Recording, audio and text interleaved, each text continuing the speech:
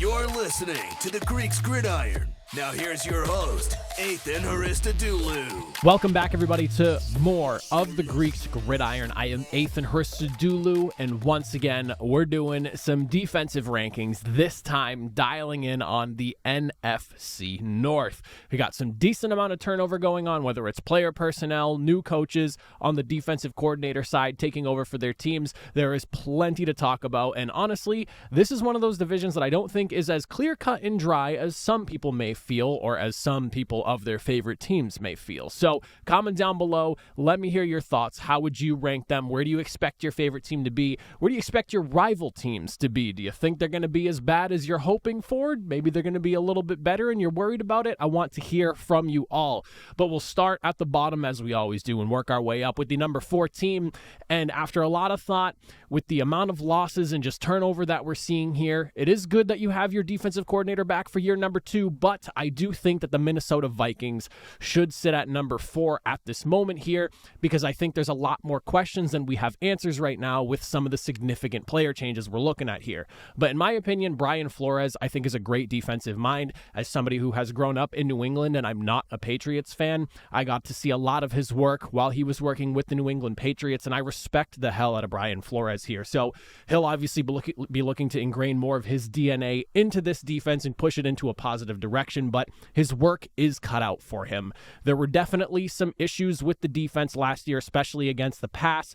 They were tied for 19th in sacks, 21st in quarterback hits. The team was tied for last in tackles for loss with only 70 on the year. He has quite the hurdle to overcome, considering how much is changing on the defensive front with that front 7 there. I mean, you're talking some linebackers, you're talking almost like a complete new look for the defensive end positions here, and even some of your outside pass rushers. There is a lot moving here. But on the topic of that, when you look at the amount of guys that have left here, we're talking Danielle Hunter, DJ Wonnum, a pair that I think was a little bit more underrated than a lot of people would give them credit for. That they were a pretty dynamic duo here as pass rushing was concerned. But on top of that, Marcus Davenport, I know, was kind of a one-year flyer, but it is another body leaving the group here, and Dean Lowry as well. So we're talking 4 different guys that all contributed to the pass rush in some way, and you're looking at a lot of turnover. Regardless of how much they actually contributed, we're talking just guys leaving and guys coming in to take their place here. You also can look at a big name guy like Jordan Hicks also departing from the team as well, and that front 7 is going to look vastly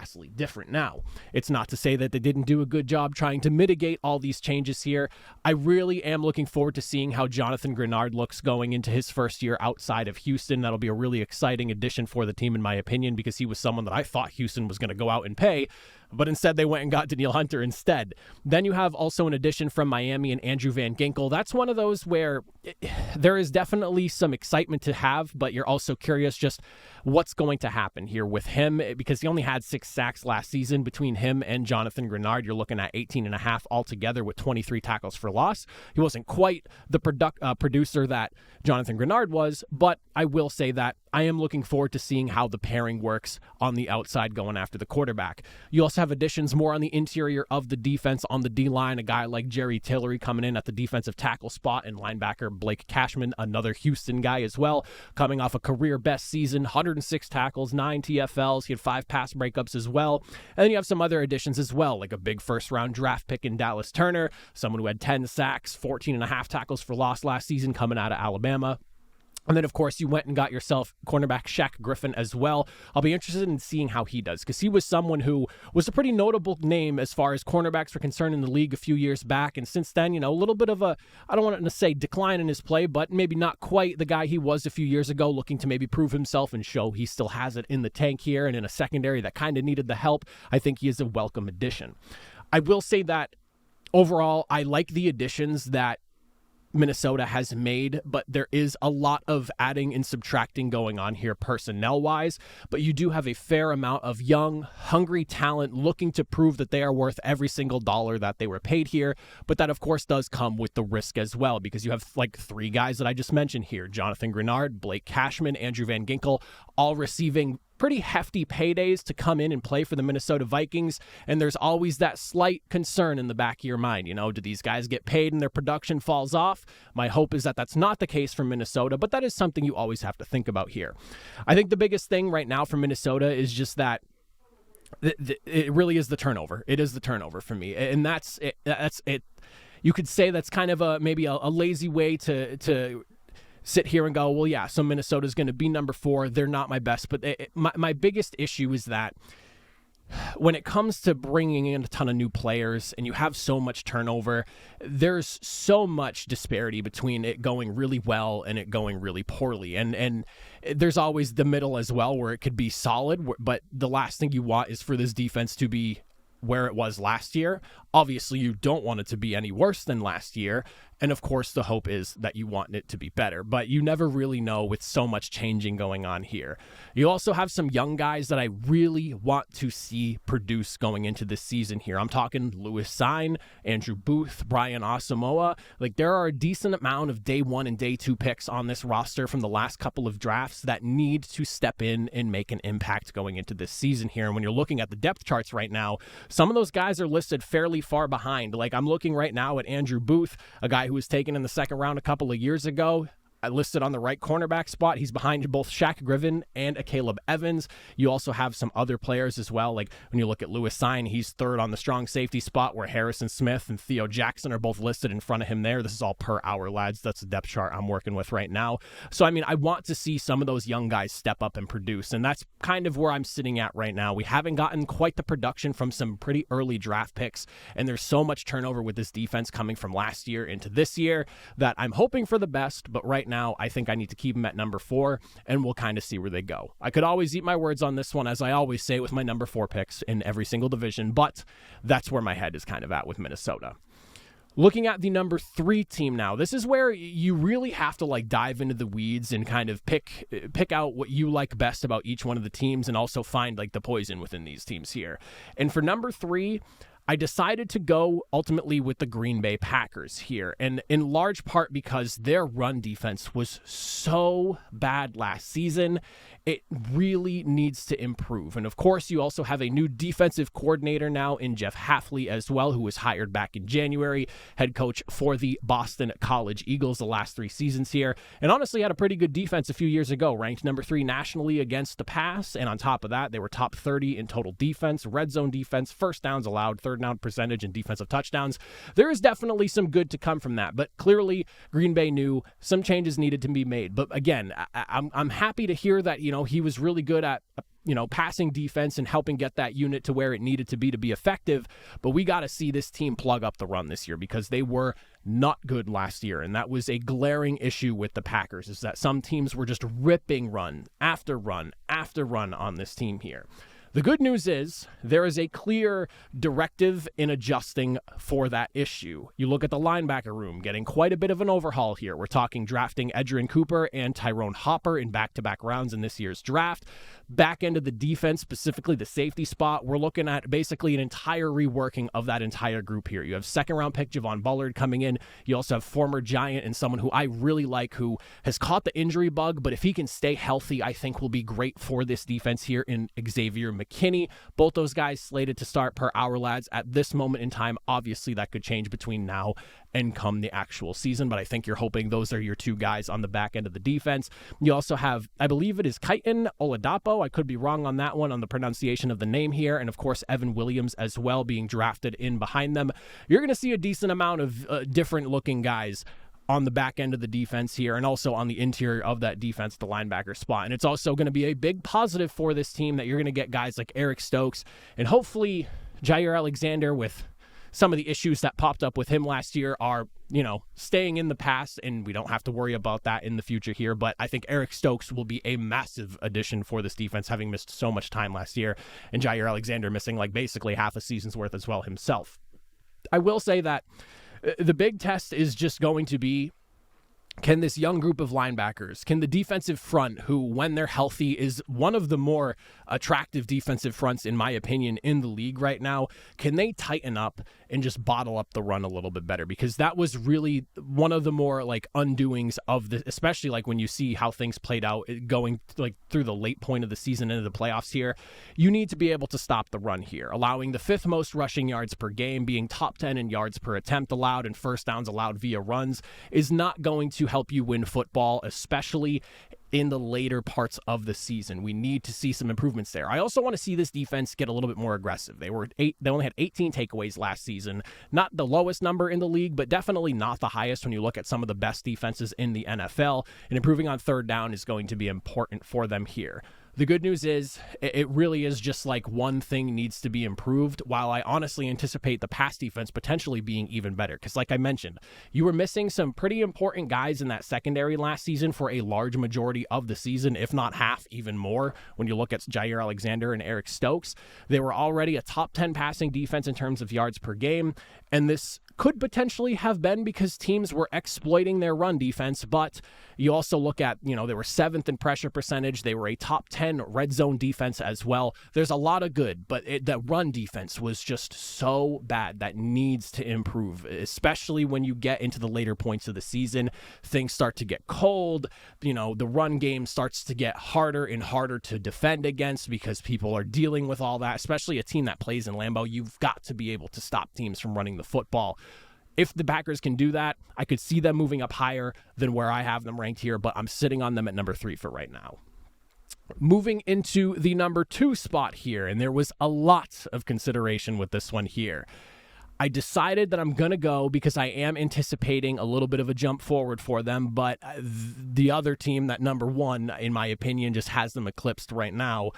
I decided on the Detroit Lions at number 2. This is one that, if I was to pick one of these that I'm most likely going to be wrong about, and this could wind up being the best team in the NFC North, it's probably the Detroit Lions, because there's a lot going for them right now. Aaron Glenn is back for his 4th season. A large portion of your defense is essentially back, and you have so many young and talented guys that are only going to continue to improve here.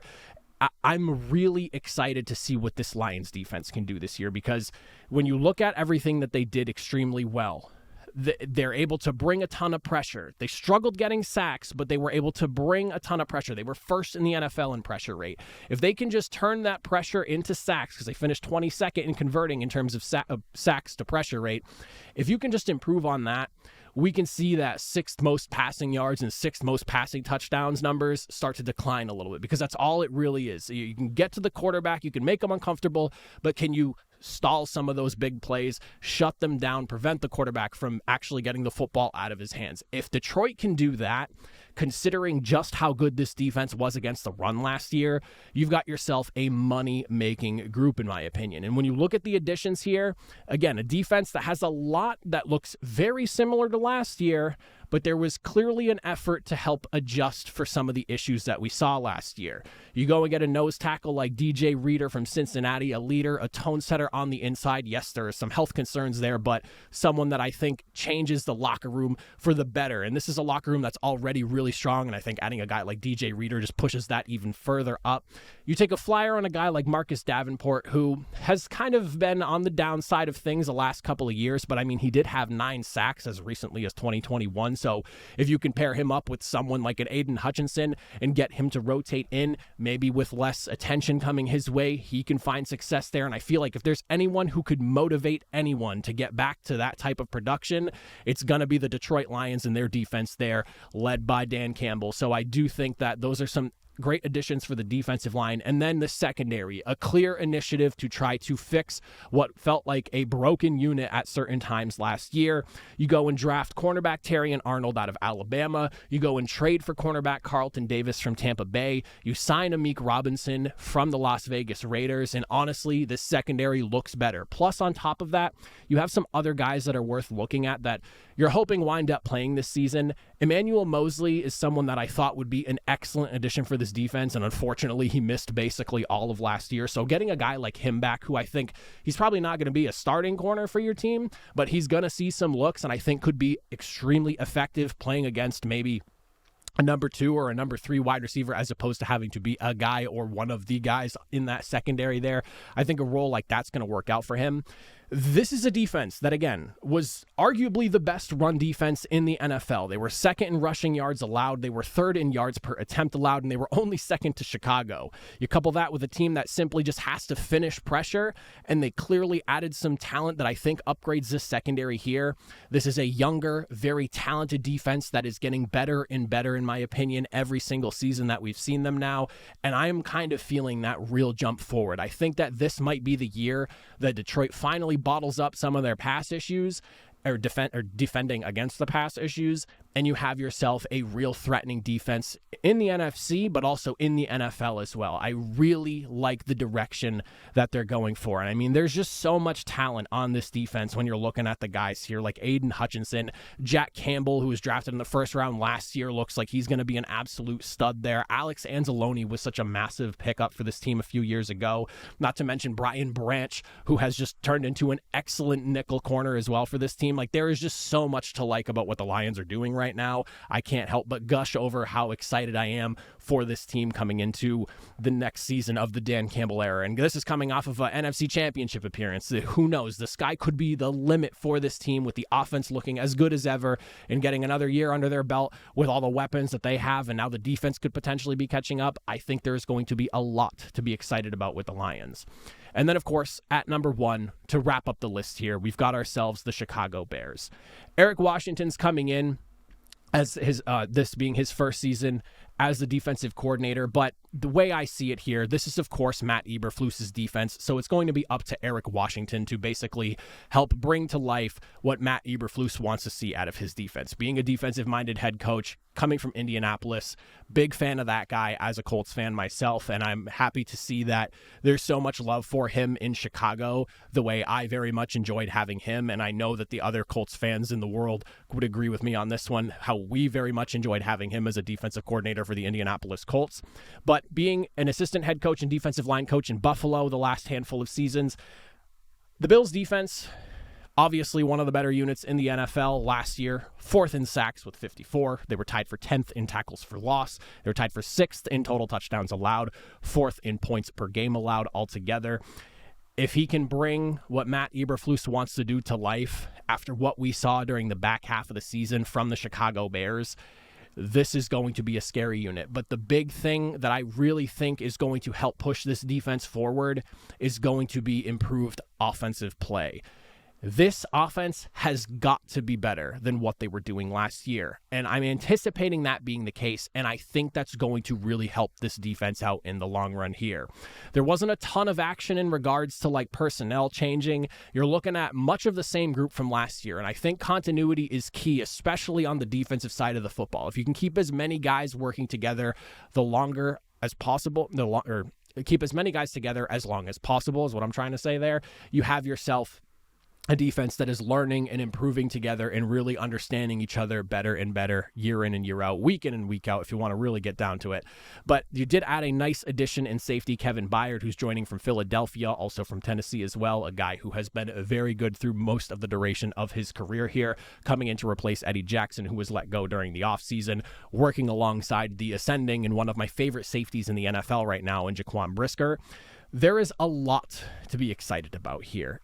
I really think that with the way this defense evolved following that Montez Sweat trade, which even myself, I was kind of like, that's an awful lot of money to be given to Montez Sweat, considering everyone kind of looked at Chase Young as the guy from that Washington pass rush or just Washington defensive line. But it worked out far better than anyone could have possibly anticipated. I don't know how much Chicago anticipated all of that in the front office, but it worked out far better than I know anyone on the outside looking in was anticipating. The way he helped bring that defense to life, coupled with the fact that in terms of yards per game allowed, they were first. Rushing touchdowns allowed this past season. They were number 2. They finished second to last in sacks, but a bulk majority of their sacks came following that Montez Sweat addition. If that number starts to go up here, which I expect it, since they're going to have Montez Sweat in that system now for a full offseason, he's going to get more and more comfortable because clearly they figured out what they need to do with him to have him be successful there. The big task is just slowing teams down through the air, and if they can do that, you have yourself one hell of a team to deal with. And again, between having an offense that should be able to move the football more, thus keeping your defense off the field for extended periods of time. That's one of those things that, for whatever reason, I think doesn't get talked about enough.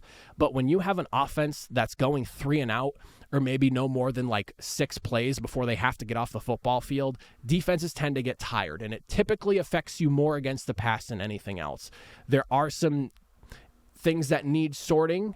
I think with guys like Jalen Johnson and Kyler Gordon, it's time for them this season to take another step even further in their production and what they can do for this defense. But overall, if you can even get a 16th ranked pass defense, considering that they were 8th most in passing yards. And if you could push that number down to being like somewhere in the middle of the pack, and they were 4th in passing touchdowns allowed, if you can improve on those numbers even just a bit, get to average, and you're still that dominant defensive front that shuts down the run they were this past season. I don't know. I feel something brewing in Chicago, and it really feels like there is a major leap coming for this team. And in my lifetime, if there's one thing I've been able to bank on every, handful of years, it's that Chicago's defense eventually gets put together in a way that winds up being one of the more dominating units in the NFL. And it feels like we've finally come full circle to that again here, where Chicago's probably looking at a potential top 10 to maybe even top 5 if things really go well with the amount of talent that they have over there. And with Matt Eberflus being great in putting together defensive game plans week in and week out, you have yourself a special team here, Chicago. And again, I'm not a Bears fan. I root for the Indianapolis Colts, but there is a lot to be excited about with what Chicago's got going on here. If the sack if the sack total goes up and you get just a little bit better against the pass, nobody was running against you last year. You have yourself a magical unit here, and one that I'm really looking forward to watching. And I think they could give some fits to some of the opposing offenses, not only in the NFC North, but through the rest of the season that they end up playing against. But those are my rankings for the NFC North. Let me know in the comment section down below. What am I getting right? What am I getting wrong? I'm sure some of you are going to disagree. Feel free. Let me know. Have at it. I would love to discuss with y'all. But that is it for me. If you made it to the end, as always, greatly appreciated. I'll see you all next time. Have a good one.